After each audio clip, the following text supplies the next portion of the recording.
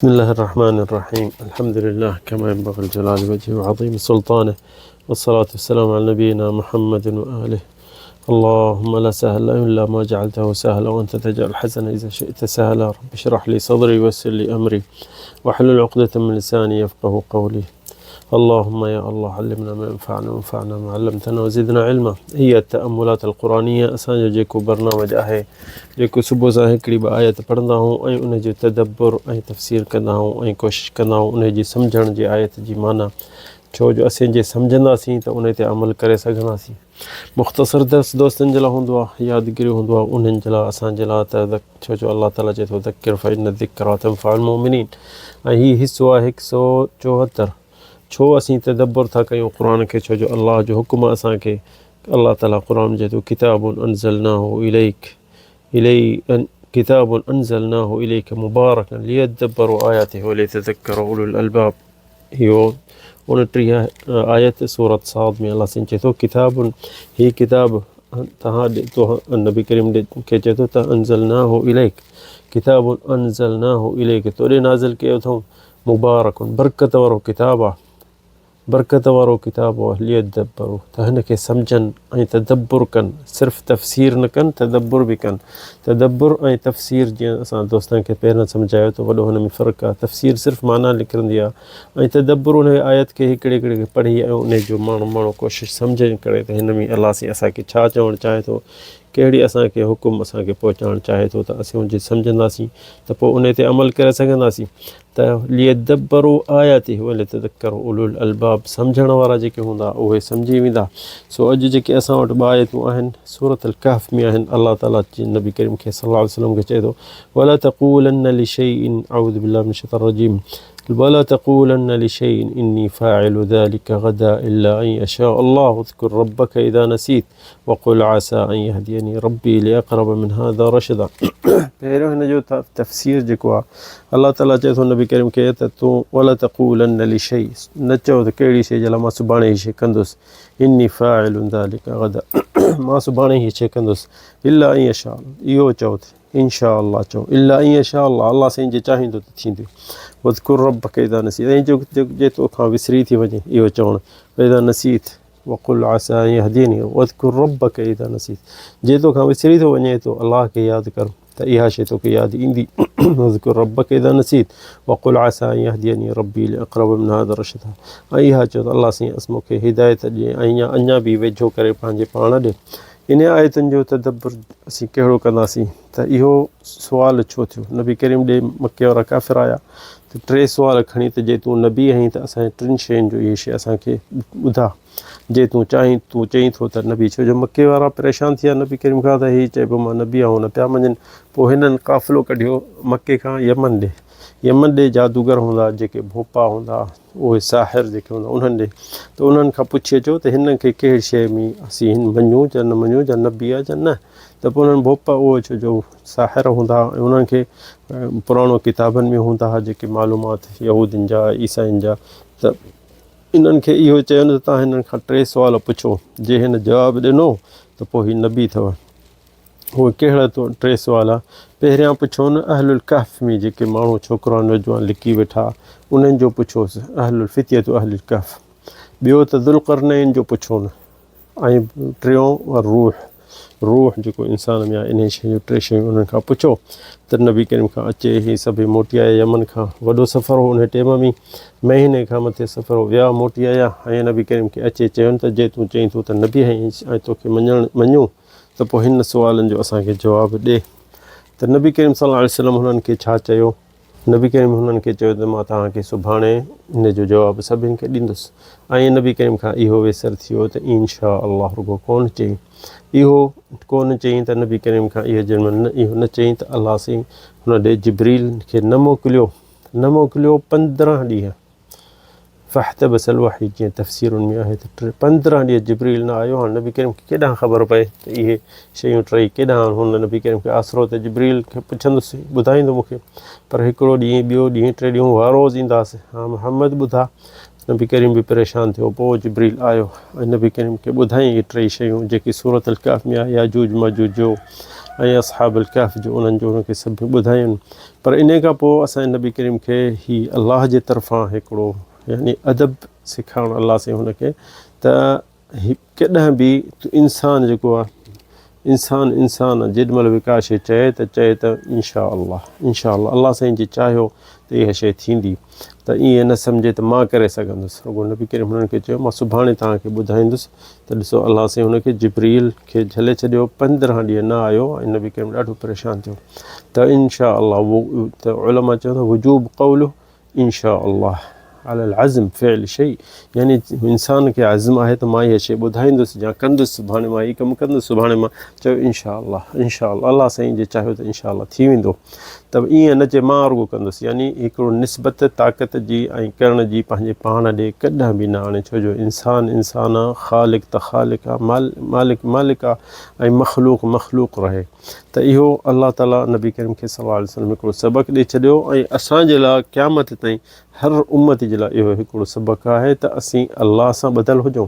हर ॻाल्हि नंढी वॾी जेकी कयूं पंहिंजे दिलि जे ज़ोर ते न कयूं, पंहिंजे ज़ुबान जे ज़ोर ते न कयूं, पंहिंजे अकुल ते न कयूं, पंहिंजो इहो न सम्झे त माण्हू मां हीअ शइ कंदुसि, मां हीअ शइ करे सघंदुसि, मां हेतिरी करे सघंदुसि। जे अलाह हुनखे इआनत नथो ॾिए त उहा इन जो कमु असली कोन थींदो। ऐं दोस्त इहा अलाह जे इंसान जे तवजो ॾींदो ऐं अलाह खां शइ घुरंदो त हर शइ थी सघे थी। असां केतिरा बि पढ़ूं या इल्मु पंहिंजे हासिलु कयूं, जॾहिं अलाह साईं नथो चाहे या पंहिंजे दिलि में सिर्फ़ु हिकिड़ो थोरो तकबुर औज़ु बिल्लाह अची थो वञे, या नज़रियो त यार मां हींअर तालिब इल्मु आहियां, या मां हीअ शइ पढ़ां थो या पढ़ायां थो, या मुंहिंजा माण्हू ॿुधनि था या मूं मां फ़ाइदो वठनि था, रुॻो उजुब दिलि में अची थो वञे त अलाह ॾिसे थो त ॾींहंनि जा ॾींहं दिलि हिकिड़ी बंदि थी वञे, जंहिं शइ खे तालो लॻी थो वञे त असीं दर्स नथा करे सघूं, नथा हदीस पढ़ी सघूं, छो जो हीअ शइ अलाह जी आहे ऐं इल्मु जेको आहे हिकिड़ो अलाह जे तरफ़ां आहे ऐं तौफ़ीक़ जेकी आहे अलाह जे तरफ़ां आहे। तंहिंजे करे नबी करीम पैगम्बर आहे, हिन उम्मत जो क़यामत ताईं इंसान ऐं जिन्ननि जो नबी आहे क़यामत ताईं, ऐं उहो शफ़ी हूंदो, उहो असांखे अॻियां सभई नबी चवंदा नफ़्सी नफ़्सी, असांजो हबीब सल्लल्लाहु अलैहि वसल्लम चवंदो उम्मती उम्मती। त असांजे जिन्ननि इंसाननि जो नबी आहे, उते बि असांजी शफ़ाअत कंदो। हिते बि ॾिसो ॾंदण ॾियण खां वठी मुंहुं धोअण खां वठी विंझण खां वठी सफ़ाई हर शइ असांखे सेखारे वियो आहे त इंसानु साफ़ु रहे, इंसान जिन सभई पाक हुजनि, सुठा हुजनि, त हिते दुनिया में बि हू मक़बूल हुजनि ऐं आख़िरत में बि गुनाहगार थी न अचनि। त उन खे बि अलाह सां इहो सबक़ु ॾेई छॾियो त पंहिंजे लाइ कॾहिं बि इअं न चओ सुभाणे मां हीअ कमु कंदुसि त इंशा अल्लाह रुॻो नबी करीम खां विसरी वियो त ॾिसो इहा आयत नाज़िल थी। पर 15 ॾींहंनि खां पोइ त हिकिड़ो नबी करीम त काफ़िरनि खे ॿुधायो हुननि खे, पर उन्हनि बि कंहिं ईमान आंदो कंहिं न आंदो। इहे 3 शयूं ॿुधाईं त याजूज माजूज जो किसो ऐं जेको असहाबुल कहफ़ जो किसो ऐं रूह जेको इंसान में रूह आहे, इहा शइ बि हुन ॿुधाई। पर मक़सदु आहे त असांजे नबी करीम खां इहा शइ विसरी वई त ॾिसो उनखे साईं खे सही तकलीफ़ आई 15 ॾींहं, तोखे मूंखे छा असांजो हशर हूंदो जे अलाह खे यादि न कंदासीं ऐं जे अलाह खे अॻियां नज़र जे न कंदासीं ऐं पंहिंजे पाण खे घटि न सम्झंदासीं ऐं वॾो करे सम्झंदासीं यार मां आलिम आहियां, मां तालिब इल्मु आहियां, माण्हू मुंहिंजो ॿुधनि था, या मां माण्हुनि खे हींअर माण्हू मुंहिंजी इज़त था कनि, जिथे किथे साईं था कनि, इहे जिन महिल दिलि में असांखे उजुब लॻी वेंदो पोइ अलाह साईं असांखे इहे सबक़ु ॾींदो ज़रूरी त पंहिंजे पाण ॾे न ॾिसो। अलाह साईं ज़ुबान मुंहिंजी खे क़ाबू करे सघे थो, दिलि खे तालो हणी छॾे थो, नथो इल्मु हुन मां निकिरे, नथो हुन का शइ निकिरे, मुहबत माण्हू वटि ख़तमु थी वेंदी, इहा शइ सभु असांखे थी सघे थी। तंहिंजे करे असीं दोस्तनि खे सभिनी चवंदा आहियूं त असांखे न शेख चओ न आलिम चओ, असां तालिब इल्मु हो, मिसकीन हो, जेको अचे थो इंसान माण्हू पंहिंजे फ़ाइदे जे लाइ ऐं ॿियनि जे लाइ बि फ़ाइदे जे लाइ बि चए थो। छो जो हीअ जेके हींअर अॼोकल्ह ॾिसो था मीडिया ते माण्हू चवंदा आहिनि ही फ़ज़ीलत शेख अल अल्लामा अल फ़हामा बदीउ ज़मान अलाए छा, मूंखे त अजब थो लॻे एतिरा लक़ब नबी करीम खे कोन्हनि जेतिरा हींअर ही अॼोकल्ह जेके नबी जा जूती बि कोन लहनि, ऐं एतिरा हुनखे सॼो पनो दफ़्तर जो पढ़ंदे त रुॻो मथां खां वठी फ़रीद असरी नबी ग़ुदहरी वेही चवंदा त हीअ हेॾो आलिम आहे, हेतिरो आलिम आहे, हीअ शइ। मां चवंदो त इहो नबी करीम खे इहे लक़ब मिलिया न, असांजे अबू बकर खे मिलिया न, उमर खे मिलिया न, सहाबियुनि खे मिलिया न, अलाह जे वलीअनि खे अहिड़ा लक़ब मिलिया। ऐं अॼोकल्ह जेके अलाए छा पंहिंजे पाण खे तौबा सम्झनि था जो एॾो क़बूल था कनि लक़ब। ऐं नबी करीम छा फरमायो त इज़ा रअयतुम المداحين فأحثوا في وجوههم التراب أو كما قال صلى الله عليه وسلم। नबी करीम फरमायो त जेकॾहिं अहिड़े माण्हू तव्हां ॾिसो जेके तव्हांखे मदह कनि, जेको तव्हांखे मथे कनि माण्हुनि जे अॻियां, त मिटी खणी उन्हनि जे मुंहं में उछलायो, चवनि त ऐश त असां इंसान हूं, असीं ज़ईफ़ हूं, असांखे एतिरो मथे न करिजो शैतान खे वारो मिली वञे असांजे दिलि में घिड़े। ऐं दिलि में जे शैतान अची चवंदो त ॾिस माण्हू तोखे कीअं था ॾिसनि, तोखे वॾो करे था ॾिसनि, तोखे आलिम करे था ॾिसनि, तोखे साईं साईं था चवनि, त पोइ तूं शैतान खां शिकार सवलो थींदे, शिकार शैतान जो तूं सवलो थी वेंदे ऐं शैतान जो जे शिकार थिए ऐं अलाह तोखे छॾे ॾिनो त तूं इन खां बचंदे कोन। तंहिंजे करे असीं अलाह जा आहियूं, अलाह ॾे वेंदासीं, अलाह खां इस्तिआन था वठूं, अलाह खां मदद था वठूं, अलाह खां हर शइ घुरी ख़ुलूस नियत दिलि सां घुरी त अलाह हीअ शइ तुंहिंजी आहे, जे चाहीं त हीअ इंतिशार थिए या हीअ इल्मु मंशूर थिए त ऐं अलाह असांखां क़बूल करी ऐं असां हिकिड़ो सबबु ऐं तूं इहो कमु से सभु शइ तूं ई करी थो ऐं इंशा अलाह साईं जे क़बूल कंदो त केरु हिन शइ खे रोके नथो सघे। पर जे इहे शइ असीं पंहिंजे ज़बान ते ज़ोर रखंदासीं, पंहिंजे मीडिया जे ज़ोर ते रखंदासीं, असां छा बि खणी ख़र्च बि कयूं त अलाह साईं जन क़बूलियत न कंदो। त लखें किताबे लिखियल हा आलिमनि जा, जंहिंमें ख़ुलूस न हो उहे किताब गुम थी विया, ख़तमु थी विया, कंहिंखे ख़बर बि कान्हे उन्हनि जा किताबनि जा नाला किताबनि में आहिनि त अहिड़ो किताब बि कंहिं टाइम में लिखियलु हो फ़लाणे आलिम जो जलील जो, पर उहो किताबु आहे कोन, केॾे वियो, का उनजो को असरु न आहे, न माण्हुनि जे दिलि में न माण्हुनि जे नज़र में। त तंहिंजे करे इंसानु सदाईं ख़ुलूस पैदा करे दिलि में, ख़ुलूस जे पैदा थियो त हर कमु भलो थी वेंदो। ते असांखे थोरो क़िसो यादि थो अचे त हज़रत अबू बकर सिद्दीक़ जंहिंमहिल ख़बर पई हज़रत अली खे त अबू बकर सिद्दीक़ घर में फ़ौत थी वियो, त जल्दी आयो ऐं उते अबू बकर जे दर जे ॿाहिरां बीही ऐं इहे के लफ़्ज़ चई त अली बिन अबी तालिब करमल्लाहु वजहहु चए थो, डुकंदो आयो ऐं चए थो इन्ना लिल्लाहि व इन्ना इलैहि राजिऊन। इहो अबू बकर जे दर ते थो चए थो त अल्यौम इंक़तअत ख़िलाफ़त रसूलिल्लाह, हुन चयो त अॼु नबी जी ख़िलाफ़त असीं अॼु था सम्झूं त ख़तमु थी। वज़ल यअदु हत्ता अता बाब अबी बकर किताब मजमुअ ज़वाइद में आहे त अबू बकर जे दर ते बीही ऐं चई रहिमकल्लाह या अबा बकर, अलाह साईं तोखे रहमत में शामिल करे, कुंत अव्वल क़ौम इस्लाम, पहिरियां मुस्लमान तूं थिए, व अख़लसहुम ईमानन, ईमान ख़ालिस तुंहिंजे दिलि में हो, अशदहुम यक़ीनन, यक़ीन तुंहिंजे दिलि में पको हो।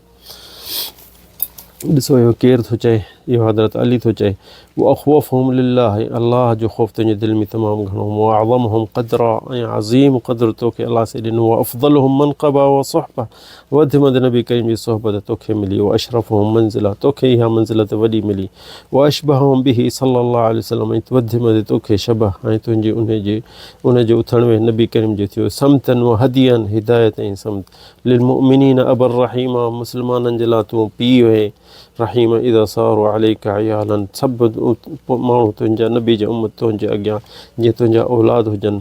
वल्लाहु सबक़ बईद व तअबत मिन बअदक या अबू बकर, तोखां पोइ जेके माण्हू ईंदा उहे उन्हनि खे तो थकाए छॾियो, व फुज़्त बिल जन्नह, तूं त जन्नत ॾे वे, फ़इन्ना लिल्लाहि व इन्ना इलैहि राजिऊन, रज़ीना अनिल्लाह, अल्लाह जे हुक्म ते असीं राज़ी आहियूं, वसल्लमना अमरहु फलन युसाबुल मुस्लिमून बअद, अबू बकर खां पोइ नबी करीम खां मुसीबत पोइ हिकिड़ी वॾी मुसीबत इहा आहे असांजे मथां जो अबू बकर हिन दुनिया मां वियो।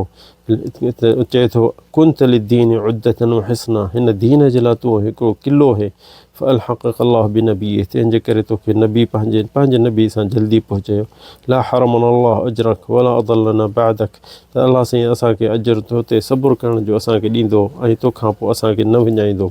इन खां पोइ हज़रत अली रोअणु शुरू कयो, न ॻाल्हाए सघियो ऐं माण्हू सभई फिरी आया हज़रत अली खे ऐं चयो पोइ हुनखे परचाइनि पिया, सबुरु करनि पिया। त ॾिसो अबू बकर जी मोहबत, हज़रत अली जी अबू बकर सां मोहबत ऐं अॼोकल्ह जेके माण्हू छा था चवनि उन्हनि जे बारे में। हाज़ा वल्लाहु आलम व सल्लल्लाहु अला सय्यिदिना मुहम्मद।